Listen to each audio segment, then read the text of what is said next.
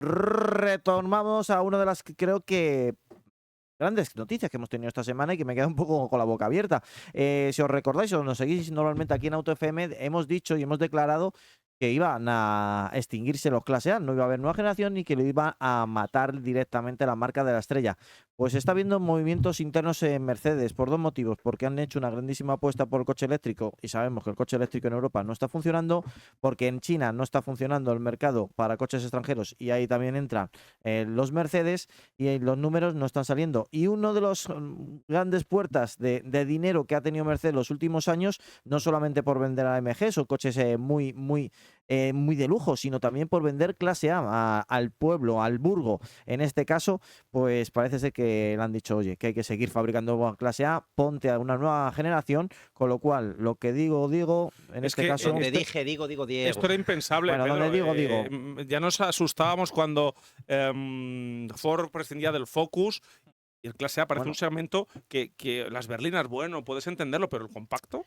Además es que, a ver, la función del clase A, bueno, esto arranca hace ya unos cuantos años, cuando no existía el clase A todavía, y los responsables de Mercedes vieron la edad media de sus clientes y se asustaron, porque eran muy mayores, ¿no? Decían Eh, algunos que los clientes se le morían. Sí, era, bueno, ¿sabes lo que pasa? Que la gente quería evolucionar y acabar teniendo un Mercedes, ¿no? Entonces, Es el sueño, ¿no? resulta que la gente se estaba comprando Mercedes a partir de los 50, 55 años y la media de edad era muy alta. Entonces decidieron cambiar, por un lado, el diseño y por otro lado, dar modelos de acceso para que gente que le va bien en la vida, que ya tiene un trabajo que con ingresos con 35, con 38, con 29 años, pueda comprarse un Mercedes. Nació el clase A. También y, la competencia alemana también le obligó, ¿no? Estaba BMW con su Serie 1, sí, la estaba Audi Audi con el A3, decir, oye, que nosotros no estamos en ese sector. Audi pionera en ese sector, empezó en sí, el sí. 96, creo que fue. Exactamente, fueron los primeros que hicieron un compacto premium. Pero el clase A pues enganchó muchísima gente y consiguió rebajar, junto con otros modelos y con el cambio de diseño, público más joven. Lo que pasa que sí que es cierto que cuando conducías aquel primer clase A, no era la calidad premium que esperabas de un Mercedes. Puedes decir que había plásticos duros. Bueno, yo tengo una carretera, que puedo decirlo, en Ávila, que es la carretera saca defectos, ¿no? Esa carretera... Jorge tiene más. Esa carretera hecha a un determinado ritmo de marcha es capaz de sacar cualquier tipo de grillo del coche. Y yo me acuerdo la primera vez que fui por esa carretera con un clase A, en la semana anterior había ido con un Focus y era un coche, el Focus de aquel momento, que te transmitía muchísima más calidad que aquel clase A. Bueno, el Focus ¿no? siempre ha sido un grandísimo coche. Un coche, sí, pero claro, nunca ha sido premium y el clase Exacto. A llegaba como marca premium. Sí es cierto que luego evolucionó, el clase A mejoró, pero yo diría que si vuelven a hacer otro clase A, o sea, si han decidido, yo pediría que no se renunciara a la calidad que todo el mundo espera de un Mercedes. Es decir, la gente espera un Mercedes pequeño, grande, mediano, pero quiere que sea Un Mercedes. calidad de Mercedes. Que no solamente ponga el logotipo de Mercedes. Pero pese a eso, claro. le funcionó muy bien el coche. Sí, porque estéticamente y porque apetecía tener un coche con la estrella y tal, a todo el mundo Sí. apetecía. Y luego tenía otras muchas ventajas. Por ejemplo, las versiones diésel del Mercedes clase A no gastaban nada. O sea, Y súper 80, fiables. 200. y luego han tenido versiones AMG que, digamos que ha sido un coche de tener en el póster de muchos chavales que les gustan Hombre, los coches, es que quieren tener una Es, AMG, es ¿no? que el 2000 Turbo ese heredado con la tecnología turbo de la Fórmula 1 era un resolutivo y empujaba como un animal. Me acuerdo de levantar el capó y ver el turbo al rojo vivo, que fue de los primeros que he visto el rojo vivo y que tenía que ser así. Y era un motor que soplaba un montón, no era muy gastón y sobre todo tenía esa filosofía de AMG oye, que este coche anda de verdad y lo puedes llevar tranquilo, pero cuando le pisas sale ese diablo. Sí, a mí me gustó. Eso también es verdad que hay gente que se quejó que la versión es más de inicio, montaron mecánica de origen Renault, en este caso el 1510. Eso hubo ríos de tinta sobre ese tema. Podrá haber ríos de tinta, pero la fiabilidad de esos motores No le toques de a Renault, Renault José. Sí, no, pero una está cosa, fuera de Te lo todo. fabrican en el no, portal de su casa, macho. una cosa no quita la otra, pero es verdad que cuando te compras un Mercedes lo quieres de la A hasta la Z, lo quieres completo. Sí, es una cosa aspiracional Claro. y eso es una cosa que Que mucha gente se lo compraba y luego lo descubría, que ni lo sabía, como en el caso de que hay gente que ponía las cadenas en el eje trasero pensando que era trasera, el clase A, que eso lo hemos visto un montón de veces. Déjame que me salga un poco del tema sin salirme mucho, pero es que a lo mejor cuando lo tratemos en profundidad no está Pedro. Lo que se oye de que Mercedes quiera comprar un motor o colaborar con un motor con BMW, ¿cómo lo ves eso a nivel de cómo lo va el mercado a aceptar? O cómo... Bueno, sobre todo, ¿por qué se escucha eso? ¿Sabes? Se escucha por la introducción que hemos hecho de que han apostado por los coches eléctricos, han gastado miles Y de no han millones por los desarrollado coches ellos. y no han desarrollado un Claro. motor de combustión que ahora van a necesitar porque el mercado lo está exigiendo. Es más fácil comprar uno que creo que son Exacto. 2 litros gasolina, creo que es. Sí. A ver, lo que ocurre es que en unas condiciones normales, hace 30, 40 años, diría, vamos a desarrollar un motor, vamos a meterlo en tal coche y se van a hacer no sé cuántos y entonces salen las cuentas. Ahora, como estamos en una situación en la que, en teoría, cada vez se venderán menos los coches de combustión y más los eléctricos, Teoría. empiezan a no salir esas cuentas. Entonces alguien habrá dicho, señores, si hacemos un motor desde cero con estas características, nunca lo vamos a rentabilizar, ¿no? Y ya Mercedes no es como hace 30 o 40 años que desarrollaban los coches sin límite de presupuesto.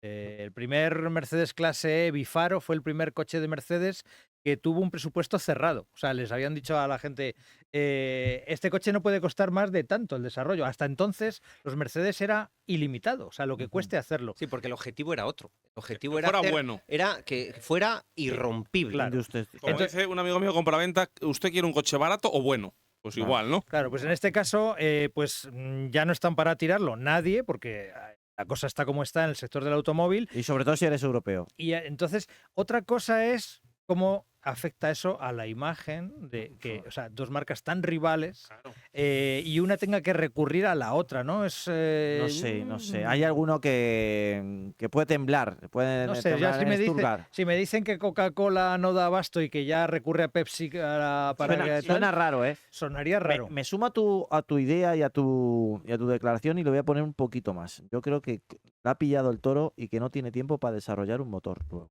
Que también sabemos que son entre 4 y 6 años. Y un luego, desarrollo. Antonio, también llama la atención que es un 2 litros gasolina de 4 cilindros. Te dice que tampoco es que está buscando Sí, un pero motor, cuidado, han elegido el mejor motor del segmento, ¿eh? Sí, un motor que Gasta hemos muy visto en poquito. muchos Mini, en muchos BMW. Que han incorporado con tecnología híbrida. Los híbridos enchufables de BMW es el motor que equipa, que es decir, que tiene un ciclo muy especial para tener esa hibridación, que no es un motor cualquiera. Esto nos hace ver, Pedro, lo complicado que es ahora tener una tecnología puntera que cumpla en emisiones, que cumpla en costes, que hasta Mercedes, para un motor tipo de 2 litros, de 4 cilindros, le cuesta hacer algo competitivo sin comprarlo a la competencia. A ver, yo es que creo que ahora mismo el departamento más importante de los fabricantes es el que pronostica el futuro.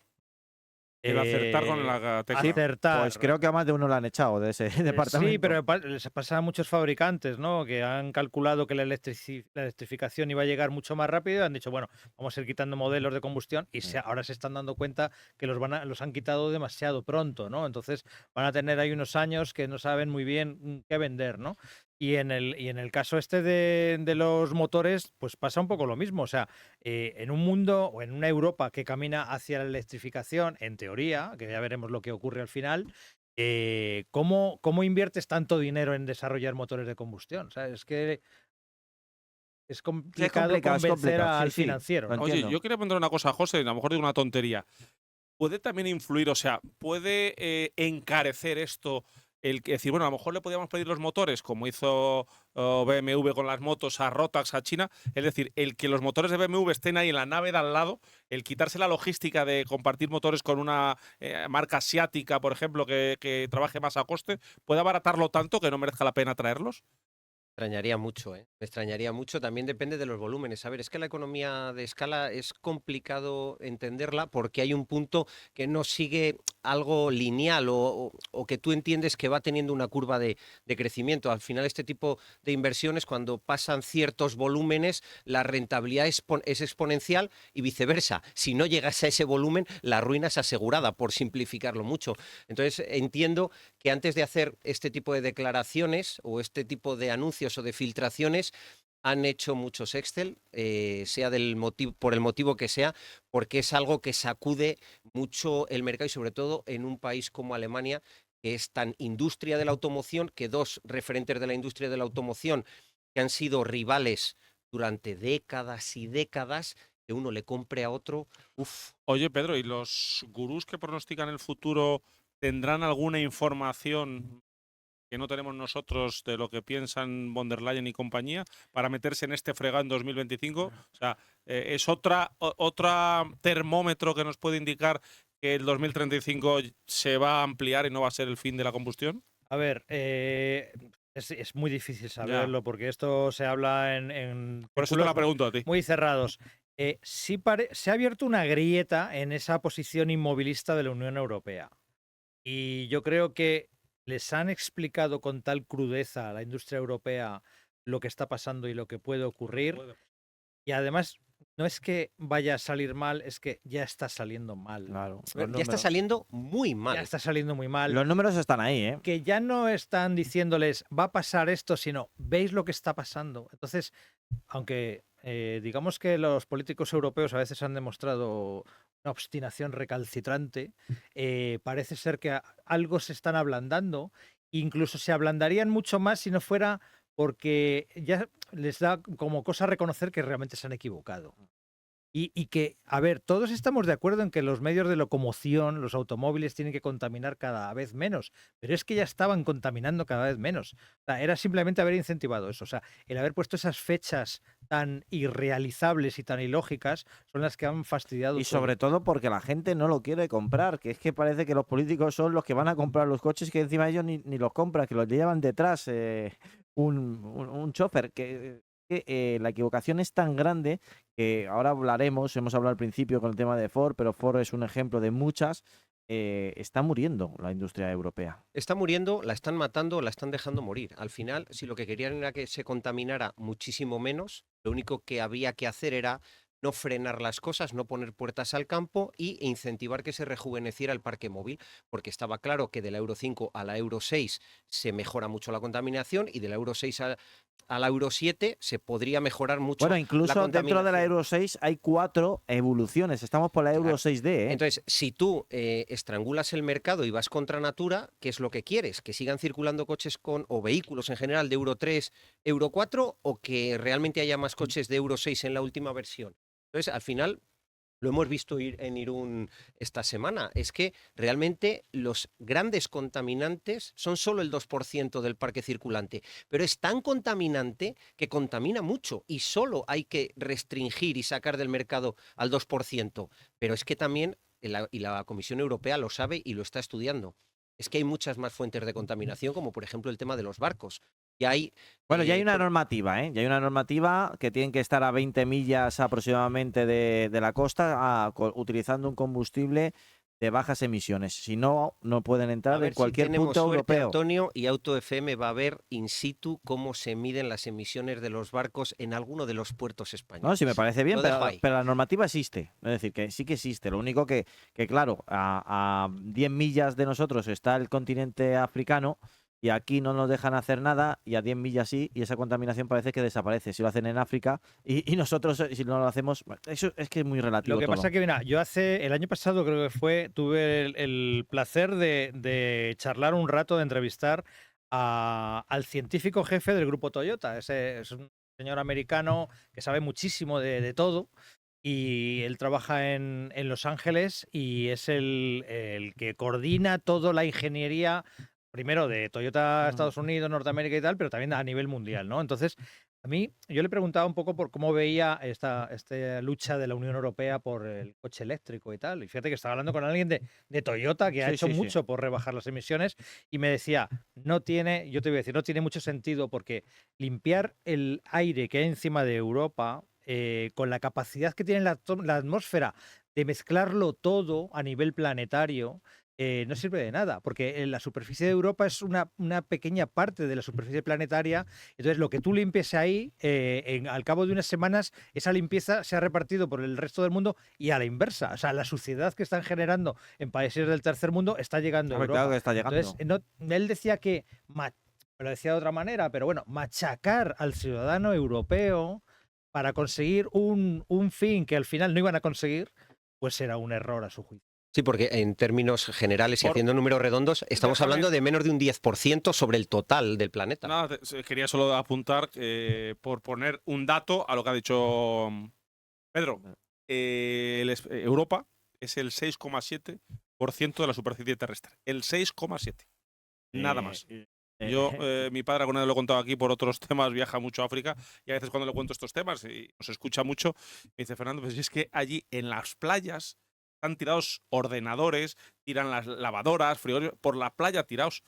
Da miedo. Da ¿Cómo miedo. vas a, Es el ya a desguace, luchar contra es eso? el desguace del primer mundo. Sí, Claro, van contenedores y contenedores de material informático Sí, viejo. Sí, sí. Es más, incluso lo queman allí, sacan los elementos interesantes, como muchas veces que algunas vienen bañados en oro, de algunos microchips porque tienen mejor dieléctrico, es decir, que es mucho mejor que pueda pasar la electricidad, pero es que sufren esa contaminación y nosotros la sufrimos porque estamos al lado y muchas veces no lo sabemos. Por cierto, que ese 6,7 que he dicho yo de Pedro es si hablamos de la superficie terrestre. Si hablamos de la superficie global, porque encima del agua también hay aire, es el 2%. Nada.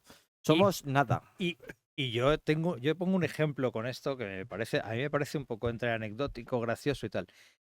Es la zona de bajas emisiones de Ceuta. Es Sí. decir, en Ceuta Es de- obligan a tener una zona de bajas emisiones. eso Esto no es en la- broma, en la- señores. Esto en no la es que broma. te dicen, oiga, usted en estas calles tiene que circular con un vehículo que no emita o que emita poco y tal, porque va a contaminar mucho. Oiga, señor, es que Ceuta está rodeado de un país en el que las emisiones están prácticamente Ah. descontroladas. Y, o sea, es un poco una anécdota, ¿no? Pero al final. Puedes no decir tiene que tanto- somos tontos. Bueno, a ver, somos yo tontos. creo que ha llegado una generación de políticos, principalmente Europa, pero bueno, en general. los Igual es en distintos general, países, ¿eh? que han idealizado algunas cosas y, sobre todo, han menospreciado la movilidad. Cuando la movilidad es tan importante como la educación, como la sanidad, como la alimentación, Es como li- la vivienda. Es libertad. Entonces, recuerda, la libertad. movilidad tiene que estar garantizada Sí. y ha llegado una generación de políticos que están en contra de esa movilidad que nos da libertad, que nos da cultura, que genera riqueza. O sea, es que si no pudiéramos ir a las casas rurales que hay repartidas por España en coche, ¿cómo iríamos? O sea, ¿cómo iríamos a visitar bosques, ermitas románicas, Nada. valles? O sea, si es que es el coche lo No único que nos quieren, lleva a no esos quiere que sitios. salgamos de la cueva. Nos tendríamos que limitar a ver el Instagram de @elpetermartin, que es el de Pedro, y ahí podríamos ver ermitas, castillos, embalses y un montón de historia que Qué junta bueno. con automoción. Y voy en coche a todas esas partes. Ahí está. Muy bien que haces. Porque Bueno, a esos sitios a los que voy yo no hay tren, no hay autobús, no hay nada. O sea, tienes que ir en coche. o andando, Decíamos- como decía uno. Al final termino andando en todos los lados. Decíamos la semana pasada que en la Semana Europea de la Movilidad, y tenemos un podcast específico sobre ello, yo creo que a las grandes ciudades se les ha ido la pinza, a los ayuntamientos se les ha ido la pinza y se han olvidado que hay mucha más movilidad que Madrid y Barcelona, que España es muy grande y que sin coche no hay movilidad.